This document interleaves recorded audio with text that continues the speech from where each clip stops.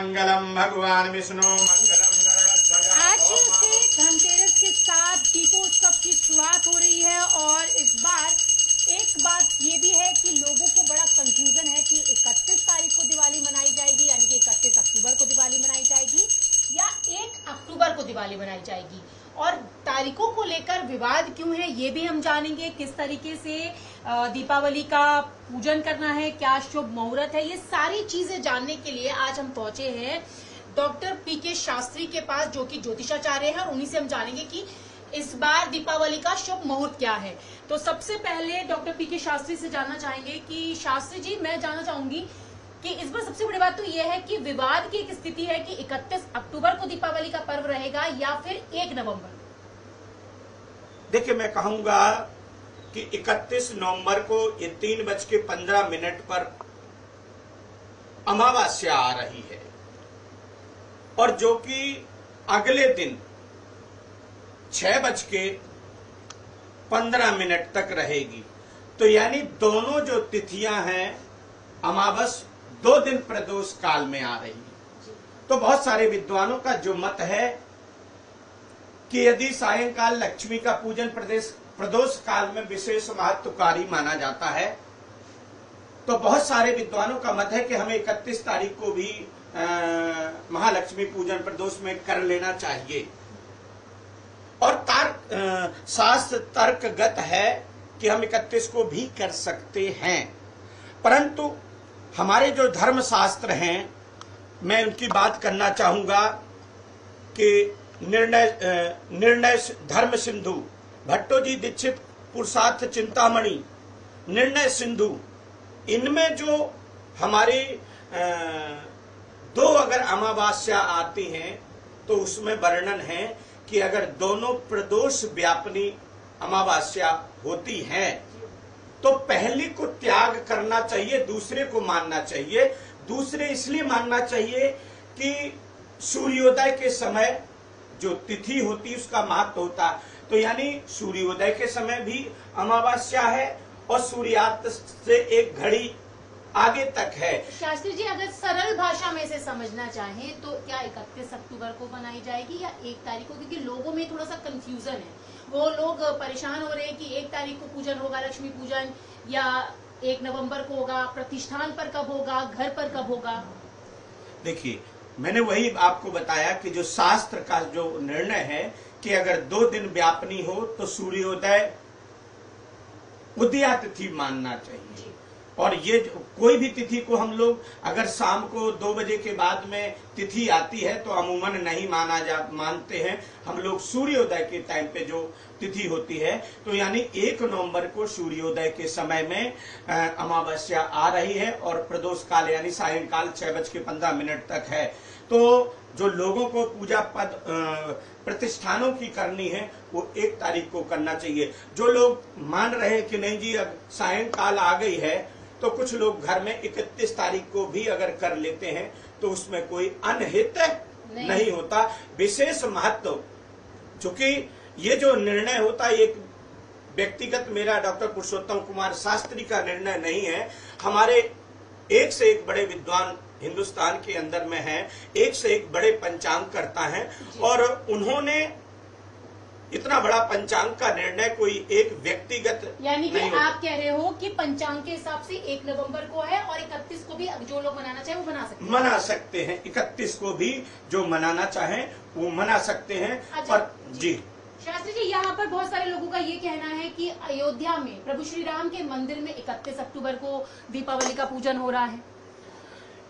वहां पर जो निर्णय मैंने बताया ना कि विद्वानों का है कि भाई सायंकाल ये आ रही है और प्रदोष काल का लक्ष्मी पूजन में विशेष महत्व होता है, तो प्रदोष के समय में आ रही है तो हम पहले दिन भी मना रहे हैं। अच्छा शास्त्री जी, तो अगर आप कह रहे हैं कि 31 को भी मनाया जा सकता है और 1 को भी, तो दोनों ही दिनों के आप मुझे शुभ मुहूर्त बताएंगे कि क्या शुभ मुहूर्त है जब पूजन होना चाहिए?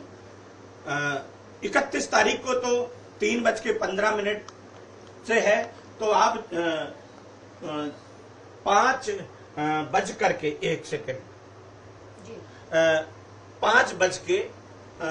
5 से 7 के बीच में जो मुहूर्त आ रही है उस मुहूर्त पर विशेष पूजा प्रदोष काल का जो पूजन होता है वो 5 बजे से 7 बजे तक 31 तारीख को कर सकते हैं। और दिन में जो अगले दिन 1 नवंबर का पूजन है वो शाम को 5 बजे से लेकर के और रात्रि में 3:15 तक यानी सिंह लगन तक पूजन किया जा सकता है। तो चलिए, ये तो बात हो गई शुभ मुहूर्त की। अब चूंकि दीपावली पर लक्ष्मी पूजन होता है तो पूजन की क्या विधि रहनी चाहिए ताकि महालक्ष्मी को अच्छे से प्रसन्न किया जा सके, क्योंकि हर कोई चाहता है कि महालक्ष्मी प्रसन्न रहे, तो पूजन की क्या विधि होगी?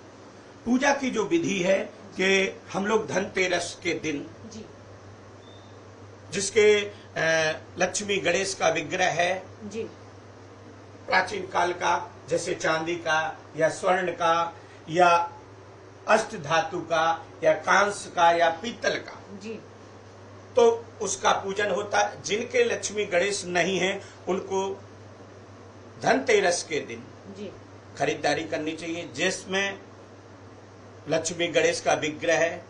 घर में साफ सफाई का विशेष महत्व होता है, उसके लिए झाड़ू। अगले दिन जो पूजन होता है जिसमें साबुत हल्दी की गांठ, नमक, झाड़ू ये लेना होता है साफ सफाई के लिए। रोली जिससे टीका किया जाता, मौली, अक्षत यानी चावल, कलावा। तो पंडित जी, ये पूजन किस तरीके से होगा? आपने सब ये चीजें तो बता दी कि चांदी का सिक्का लाना चाहिए, गणपति और लक्ष्मी जी की प्रतिमा लानी चाहिए, झाड़ू लानी चाहिए, इसका विशेष महत्व है। पूजन की भी विधि एक बार आप हमारे दर्शकों को बता दे तो। जो पूजा है सबसे पहले हम लोगों को कलश की स्थापना करते, जब महालक्ष्मी का पूजन करते, आप देख रहे हैं ये कलश जी, कलश की स्थापना करते हैं। लक्ष्मी गणेश का पूजन किया जाता है, कुबेर देवता का, क्योंकि कुबेर लक्ष्मी जी के खजांची हैं, तो गणेश जी विघ्न के हरता है, इसलिए गणेश जी का पूजन होता। लक्ष्मी जी जिस पर कृपा बरसाती, इसलिए लक्ष्मी का पूजन होता है। और कुबेर का विशेष महत्व होता है क्योंकि आदमी लाखों में कमाता पर रोकता हजारों में है, तो इससे हमारा जो धन है वह रुकता रहे। कलश का पूजन इसलिए किया जाता है कि हमारे धर्म शास्त्रों में 33 कोटि देवी देवताओं का वास होता है और 33 कोटि का हम नाम नहीं ले सकते, इसलिए कलश के अंदर में कलश देवता को वरदान है, वरुण देवता को, कि जब जहाँ पर वरुण का पूजन होता है वहाँ पर 33 कोटि देवी देवताओं का वास माना जाता है। कलश की स्थापना का विशेष महत्व है दीपावली। जी हाँ, विशेष महत्व दिवाली पूजन पे। फिर जो है पंचामृत से दूध, दही, घी, चीनी, शहद से लक्ष्मी गणेश को स्नान कराना चाहिए और रोली लगा करके टीका लगाना चाहिए। अक्षत पुष्प, कमल पुष्प का विशेष महत्व बताया गया है। जी, कमल पुष्प का विशेष महत्व मैं देख भी रही हूँ कि यहाँ पे कमल गट्टे भी ये है, कमल के फल रखे हुए फल रखे हैं, बहुत सारी पूजा की सामग्री भी रखी है। अच्छा पंडित जी, एक चीज बताइए कि दीपावली पर महालक्ष्मी को प्रसन्न करने के लिए कौन से ऐसे मंत्र हैं जिनका जाप करना चाहिए, या कौन से ऐसे मंत्र जिनके जाप करने से महालक्ष्मी अपनी कृपा भी दे और प्रसन्न भी हो? सबसे पहले तो मैं बताना चाहूंगा आपको कि एक मंत्र है, उस मंत्र का जरूर व्यक्ति को करना चाहिए। काम स्मितारम हिरण्य प्राकारम माद्रिम ज्वलंतीम तृप्ताम तर्पयंतीम पद्मे स्थिताम पद्मवर्णम तामिहो पप्पये श्रियम। ये ऋग्वेदीय मंत्र है। इस मंत्र का उच्चारण करके आवाहन करना चाहिए। ओम या देवी सर्वभूतेषु लक्ष्मी रूपेण संस्थिता नमस्तस्यै नमस्तस्यै नमस्तस्यै नमो नमः। इस मंत्र का जाप कर सकते हैं। ओम श्रीम महालक्ष्मी नमः। कई दफे क्या होता है, जैसे ये बड़े मंत्र हैं हम उसका उच्चारण नहीं कर पाते हैं, तो ओम श्रीम महालक्ष्मी नमः। कमल गट्टे की माला, जो ये कमल गट्टा आप देख पा रहे हैं, इसकी माला आती है। इस माला से आप 108 बार यदि जाप करते हैं तो कहते हैं कि महालक्ष्मी की कृपा को कोई रोक नहीं सकता। जी, महालक्ष्मी की कृपा कोई रोक नहीं सकता। मंत्र तो आपने बता दिए, पूजन विधि भी बता दी। एक चीज और है कि जब हम लक्ष्मी गणेश का पूजन करते हैं, बाकी जब पूजा करते हैं तो तुलसी जी चढ़ाते हैं, तो ऐसे में कहा जाता है कि गणेश जी को तुलसी नहीं चढ़ाते, तो उसका क्या कारण है?